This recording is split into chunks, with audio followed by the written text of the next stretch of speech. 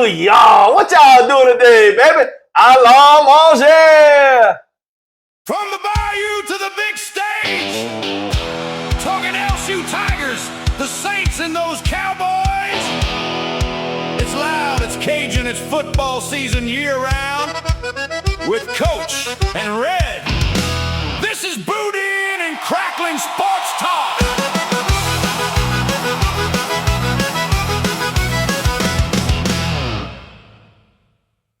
Welcome to Boudin Cracklins, baby. Hey, we right here live in the Cracklin studio. I'm Coach.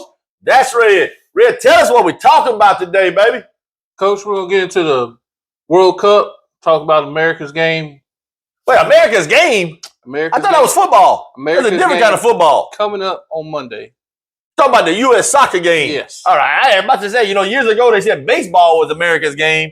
Now I think it's football. Team America. Oh, Team America. Yeah, is that like in the Avengers? No, it's like the movie. That's the Avengers, ain't it? No, the other movie. U.S. soccer. We're going to talk about U.S. soccer. Hey, we are through to the round of 16. Yep. We play Monday night at 7 o'clock. That's Couillon time. That's Boudin Cracklin time. Yeah, 7 Central. Central Standard Time. Yeah. All right, that's 7 o'clock that time. We up in the great Pacific Northwest, playing up in Seattle. Listen, before we get into the game, that's a great location. Yeah. Now, I've talked about I don't like the fact that all of our games are on the West Coast, but if you're going to play a game in the West Coast and have home field advantage, Seattle got to be your choice, right? Yeah. I mean, they've already proven for years with their professional league, was it the Sounders, the Seattle Sounders? I mean, those people are nuts up there in the Pacific Northwest for soccer. They kind of nuts all the time. But anyhow, they got the Seattle Sounders, they got the Portland Timbers, or some judge. Hey, they got out there. They kind of look like some LSU tailgating out there. They kind of crazy out there. But Monday night, we got Belgium, right? And we ain't talking about, by the way, not the waffles. Right now, nobody eats a Belgian waffle between now and Monday. If you love your country, you put a strike on Belgian waffles between now and IHOP, you're going to be going broke between now and then. They got pancakes. They got some Belgian waffles too. I guarantee you they got some waffles. Okay. You don't think IHOP got waffles? I think Waffle House had waffles. Waffle House, you going broke. Now, Waffle House ain't no way going broke. There's too many people at 3 o'clock in the morning got to have Waffle House. Waffle House can't go broke. There's a couple of things in this country that no matter what the economy does, recession-proof. Waffle House is recession-proof. There you go. That's exactly right. But so I guess first we got to talk about the last game against Bosnia and Herzegovina. Yeah. We got to talk about them. Now listen. We were supposed to beat Bosnia, right? Mm-hmm. Do you know the population of Bosnia? 3.1 million. The population of Louisiana is 4.6 million. Louisiana has 150% of the population of Bosnia and Herzegovina. Yeah, them. We're supposed to win. Yeah. We're supposed to win. Now we come out, Balogun scores a goal. Right? Then what happens, Red? You got called back, didn't it? Well, look, we had 2 goals. That wasn't what I was talking about. But Balogun did have a goal. We actually had 2 goals called back because of offsides. Yep. Were they offsides? Yep, they were. Listen, as a fan, it don't matter what sport it is. You score a touchdown and it gets called back for holding on the offensive line. You hate that, but if it's a legit call, it's a legit call. It was the right call. The offsides calls that took 2 goals away were legit calls. I'm not going to argue them. Balogun eventually did score a goal that counted. Mm-hmm. And then, of course, the big drama. Yeah, got a red card. Balogun got a red card. For those of you who don't know, that's not like a green card.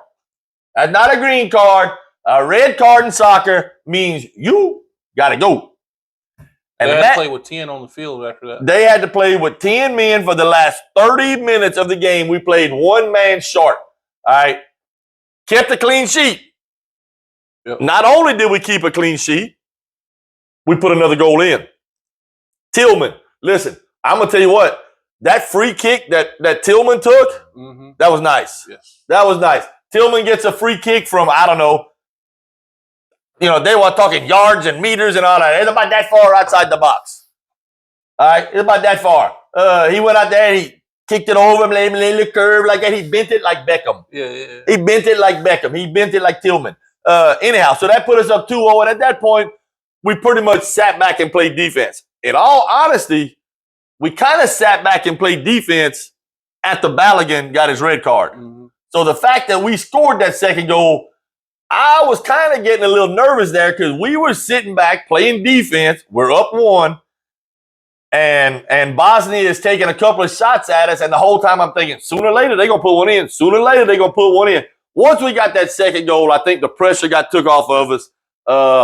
We subbed out our 2 main strikers at the Balogun.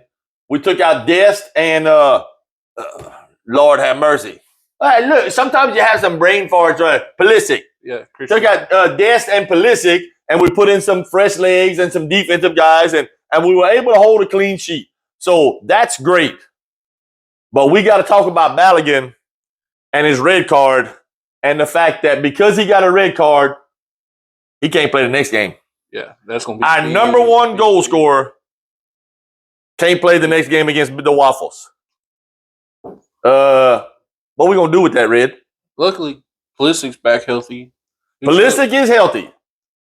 So I think Pulisic's going to step up.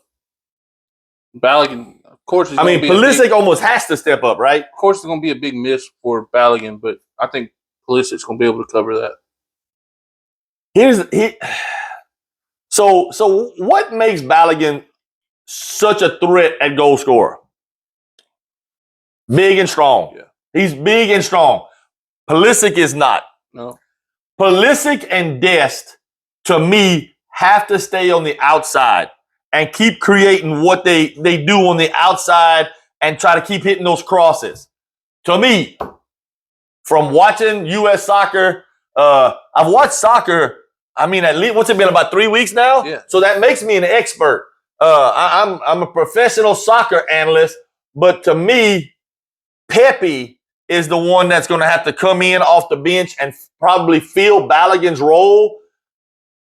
I'm really not scared of having Pepe in there. No. He's proven he's pretty good at doing that type of job. He just wasn't Balogun level. Yeah. So is it going to hurt us? Obviously. It's gonna sting a little bit. What's that? It's going to sting a little bit. It's going to sting a little bit. Now, let's talk about Belgium. Let's talk about the Waffles. What was it? 2.5 Men, Charlie Waffles? You ever watch 2.5 Men? Yep. Yeah, he had that little Charlie Waffles. He did that little the little cartoon, not the cartoon, but the little jingle. Jingle. That's the word I'm thinking of. He did the little jingle, Charlie Waffles. But I'm gonna be honest with you. Belgium didn't look very good.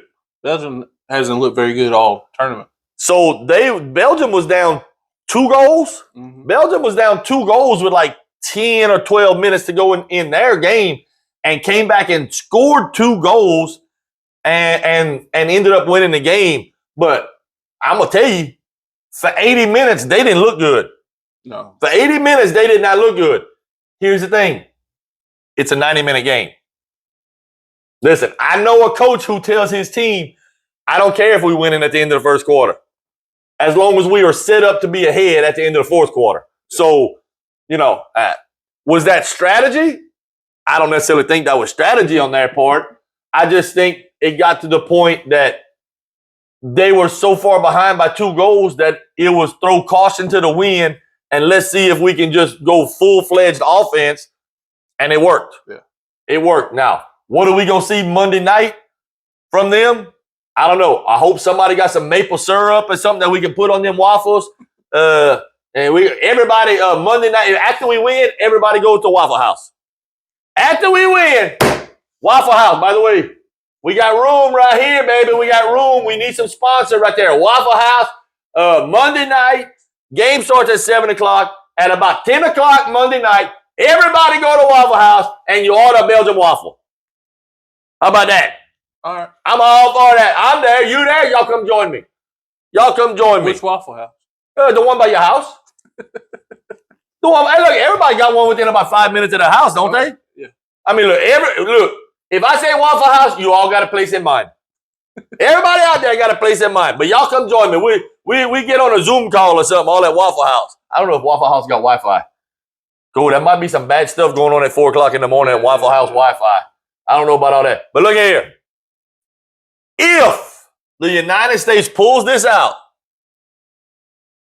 it's not going to get any bigger of a game in United States history than us against either Spain or Portugal in the round of 8.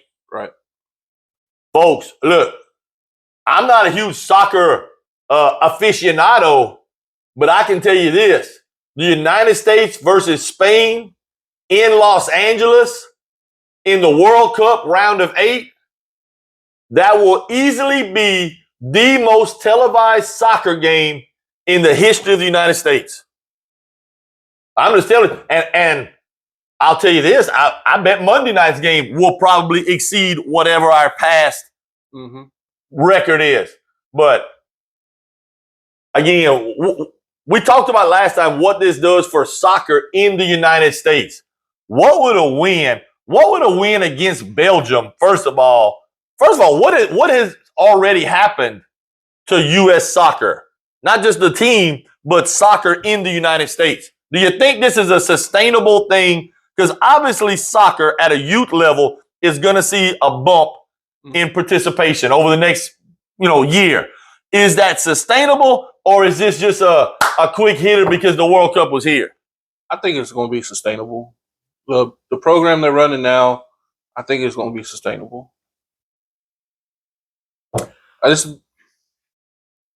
I'm going to say this. To me, the United States has not pulled off a wow win yet. We won some games. We won our group stage. That was nobody that we've beaten so far that is what we would consider a world power, right? Nobody yet. To make this sustainable, and I mean sustainable, I'm talking about 6-7 years down the road, the United States still feeling the effects of the World Cup, which means more participation in youth soccer, which, first of all, soccer's growing anyhow. All right. It's just a natural growth. All right. Soccer is growing already, but more participation in college soccer, the level of soccer in our colleges are getting better or will be getting better.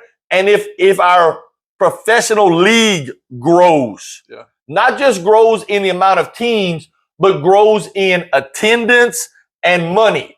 If those things are still, I believe 2027 numbers for soccer in the United States will be huge. Probably the biggest they've ever been in our professional league. Here's the question. In 6, 7, 8 years, will those numbers still be up? Depends on how they do in the next World Cup. I think, you think the next World Cup will do it? Yeah. Here's the thing. I think for this particular World Cup to do something sustainable for our soccer program in the United States, we got to have that wow moment. I think we have to do something like beat Spain or Portugal. Listen, is Belgium a favorite team over the United States? Yes. I think Belgium was ranked number 10 in the FIFA rankings. The United States is ranked number 16. We're in the round of 16. So we're where we're supposed to be. I don't think beating Belgium, even though they're ranked ahead of us, is a wow moment for the average fan of the United States. I think the average fan of the United States knows France, England, Argentina, Brazil, Spain, Portugal. I think those are the main countries that the United States knows. Not only because they've been good for years, but Argentina's got Messi, Portugal's got Ronaldo. They got some of those big name stars. I think if we pull off a win against one of those guys, you know what? Realistically, even if we were to play Spain and go to penalty kicks or some junk like that and really have a great showing against a powerhouse, Yeah. I think that's sustainable. Give me a prediction, Red. 1-goal win. Win by 1. Who? United States. I'm about to say, if you don't talk about United States winning, you better get out of here. You better get out of Crackling Studios. Hey, listen, you want a prediction from me? That's common sense. It's USA, baby. Because you know what? We going undefeated this year. We're going all the way. We're winning them all. We're going to beat Spain, and then we're going to beat France, and then we're going to beat Argentina by 17 goals. And, yeah, probably not. But look, anyhow, I think the U.S. is going to beat Belgium. A boy can hope. Boy, hey, listen. Look, you want the truth? I tell you this. I made the statement an hour ago. I've watched more soccer the last 3 weeks than I probably have the rest of my life. Yeah. I'm just telling you. Hey, don't forget right here. Red, huge big-time soccer player. 3rd team All-American. Don't let him shake his head like that. Don't let him shake his head like that. All right? He had all in D1 office. So listen, when we break down this soccer, that man is an expert. Me, I'm just a cujo. But that man right there, he knows what he's doing. Nope. All right? Hey, by the way, this is something we haven't talked about. What do you think about the red card on Balogun? Good call, bad call? Bad What? call. You think it was a bad call? Tell me why. I think it was in his movement was carrying him that way. And like he didn't mean to do it. Now, when it comes to soccer, I'm going to defer to you. You're the expert. But I didn't think it went over the threshold. I'm trying to separate myself from being a fan and being biased to being an unbiased analyst of this. I'm with you on the fact that I saw no intent or malice. Mm-hmm. But one of the keys to soccer is a dangerous play. Hey, I lived through the NFC Championship game where they didn't call a pass interference. All right, you ain't got to talk to me about bad calls. All right.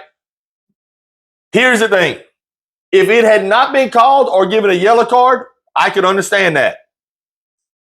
I can also understand after watching the video replay that a red card was given. Personally, I don't think a red card should have been given.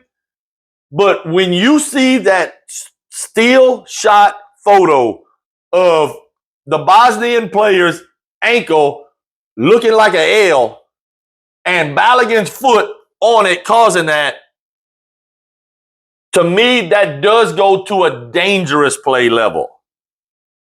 Again, I'm not advocating that I think it was a red card. To me, I think it was a yellow card because there was no malice and intent to it. But I understand why it was called. I think that one still shot did it. Yeah. In my opinion.